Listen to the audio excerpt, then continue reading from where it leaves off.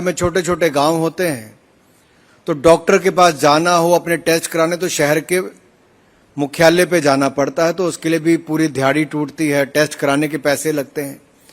तो मैंने mobile medical unit शुरू किए ताकि लोगों के गांव में जाके हम टेस्टिंग कर सकें।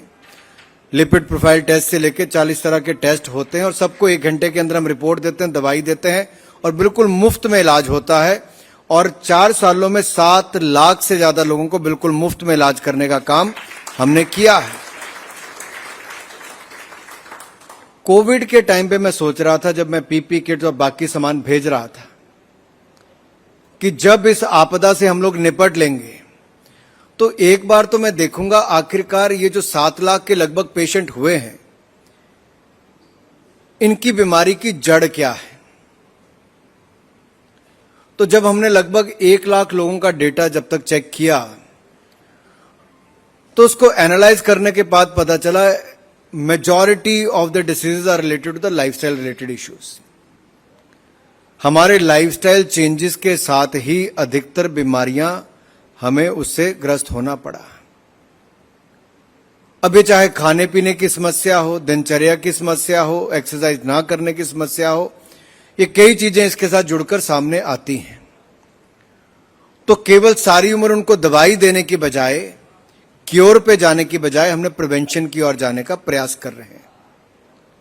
और मुझे लगता है जब मैं आप में से कुछ के अनुभव का एक छोटा सा वीडियो बनाकर अपनी ऐसी लगभग 32 गाड़ियां, हमने 3 से शुरू की थी, आज हम 32 गाड़ियां हिमाचल प्रदेश के अलग अलग जिलों में चलाते हैं, जो रोज नए गांव, नई पंचायत में जाते हैं, जहां आपका एक 5 मिनट का वीडियो और आपकी इस यात्रा के बारे में हम उनको बताएंगे तो हिमाचल प्रदेश के न जाने लाखों महिलाएं आपसे प्रेरित होकर रोज फिट इंडिया कैंपेन के साथ जुड़ पाएंगे। और जब मीडिया के मेरे मित्र इसको आज टीवी चैनल्स, अखबारों में जगह कल देंगे, सोशल मीडिया पर लोग आपको देखेंगे, तो जो 15 साल का नौजवान, कोई 25 साल का नौजवान जो केवल अपने कंप्यूटर पर गेम्स खेलने पे लगा है, कंप्यूटर पर काम करने में लगा है, ऑफिस में लंबा समय बिता रहा है या किताबों में खोया हुआ है, उसके लिए बहुत बड़ी प्रेरणा आप लोग बनकर उभरेंगे। ये आज मैं बड़ी गंभीरता के साथ कह सकता हूं, क्योंकि आपने जो किया है वो छोटा नहीं है जी। एकता जी भी मन ही मन में सोच रही थी, जब जैसे ही आप अपनी उम्र बता रहे थे, आपने कहा मैं 55 साल की, साहू जी ने, श्यामला जी ने कहा मैं 65 वर्ष की। मुझे लगा अब इससे ज्यादा उम्र वाली कहां ढूंढूं। तो साथ ही साथ प्रेरणा हमारे यहां पर 2 अधिकारियों को, महिला अधिकारियों को भी मिल रही थी।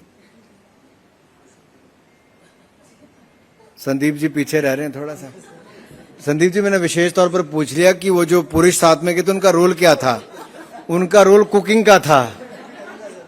तैयार है। शायद ये पहाड़ों की खूबसूरती भी हो, वो भी एक प्रेरणा के रूप में हो, लेकिन जो चुनौतियां पहाड़ों में होती हैं, जो वहां पर जीवन जीते उनको ही पता है क्या है। और जो वहां पर इतना लंबा ये टूर करके आए, 4800 किलोमीटर, बहुत लंबा सफर है। बारिशों के समय, जहां देश भर में बारिश है वहां पर उतनी हाई रीचेस पे नहीं होती, लेकिन फिर भी जो चुनौतियां खड़ी हैं, जो आपने कहा देश की बॉर्डर के दूसरी ओर जाना, बोली की समस्या, सुविधाओं की समस्या, और उस समय भी कोई और नहीं, एक बार फिर भारतीय सेना ही काम आई। भारतीय सेना का भी आभार प्रकट करता हूं।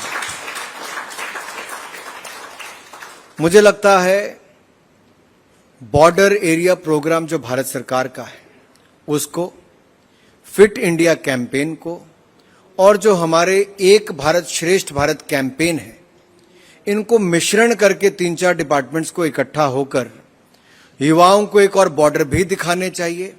बॉर्डर पर फिटनेस के कुछ प्रोग्राम भी हों, बॉर्डर पर रहने वाले लोगों से हमारे देश के शहरों के बच्चे जाकर वहां पर मिल भी सकें, और जो बाकी क्षेत्रों में, नॉर्थ ईस्ट में हमारे बच्चे रहते हैं, उनको देश के मुख्य धारा में जाके मेट्रो सिटीज में लाकर यहां पर भी लोगों के बीच में रहने का अवसर मिले।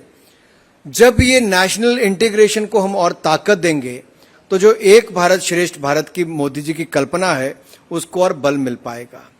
मैं चाहूंगा ऐसा कार्यक्रम हम जल्द ही भविष्य में करें, क्योंकि आजादी का अमृत महोत्सव मनाते हुए हम सबको एक सूत्र में बांधने का काम जहां तिरंगा झंडा करता है।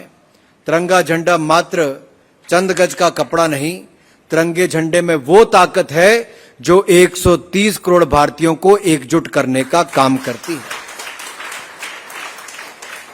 और मैं आशा करता हूं आप सब लोग अपने डिस्प्ले पिक्चर तिरंगा झंडा लगाएंगे, चाहे वो आपका कोई भी अकाउंट हो, व्हाट्सएप हो, इंस्टाग्राम का हो, फेसबुक का हो, ट्विटर का हो या बाकी आपके अलग अलग प्लेटफॉर्म्स हैं, वहां पर आप तिरंगा झंडा लगाइए। हम आजादी का अमृत महोत्सव मना रहे हैं। आइए आजादी के अमृत महोत्सव पर हम उन स्वतंत्रता सेनानियों को भी याद करें जिन्होंने हम सबको आजादी दिलाने का काम किया। हम फिट इंडिया कैंपेन के माध्यम से आज जहां एक और आप बहुत बड़े एम्बेसडर देश भर में करोड़ों लोगों के लिए बनेंगे, वहीं पर कॉमनवेल्थ गेम्स में भारतीय टीम के खिलाड़ी बहुत अच्छा कर रहे हैं। हमारे वेट लिफ्टर्स ने शानदार प्रदर्शन अब तक किया है। मैं उनको भी बहुत बहुत बधाई और शुभकामनाएं आप सबकी ओर से देता हूं। और जितने इवेंट्स हमारे बाकी हैं उसमें हमारे खिलाड़ी अच्छा करें, उसके लिए भी अपनी ओर से बहुत सारी शुभकामनाएं देता हूं। मेरा निवेदन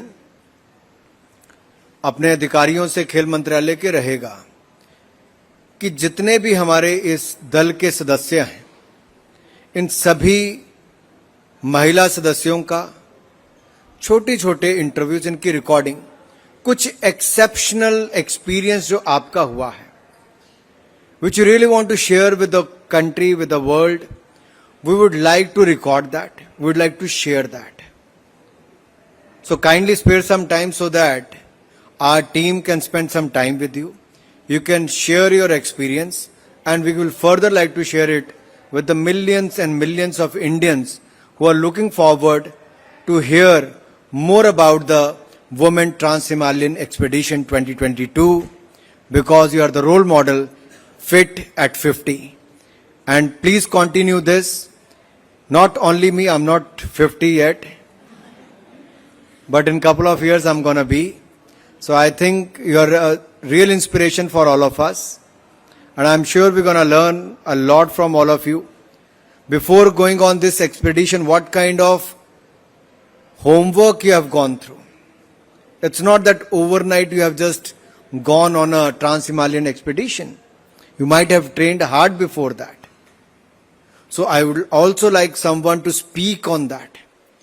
किस यात्रा पर, इतनी लंबी यात्रा पर जाने से पहले आपने तैयारी कैसे की, फिर वहां पर जाने के लिए तैयारी में आप क्या क्या साथ में लेकर गए, क्या चुनौतियां थी, क्या इक्विपमेंट थे, क्या दिक्कतें आई, उनमें से आप उभर कर कैसे बाहर आए, क्योंकि आप एक टीम के रूप में काम कर रहे थे।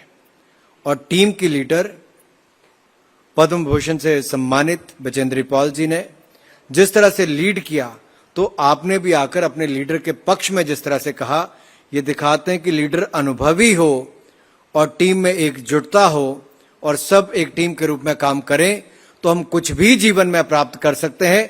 इस टीम इंडिया को बहुत बहुत बधाई और आप आगे और अच्छा करें। आप सबको बहुत बहुत शुभकामनाएं। जय हिंद, जय भारत।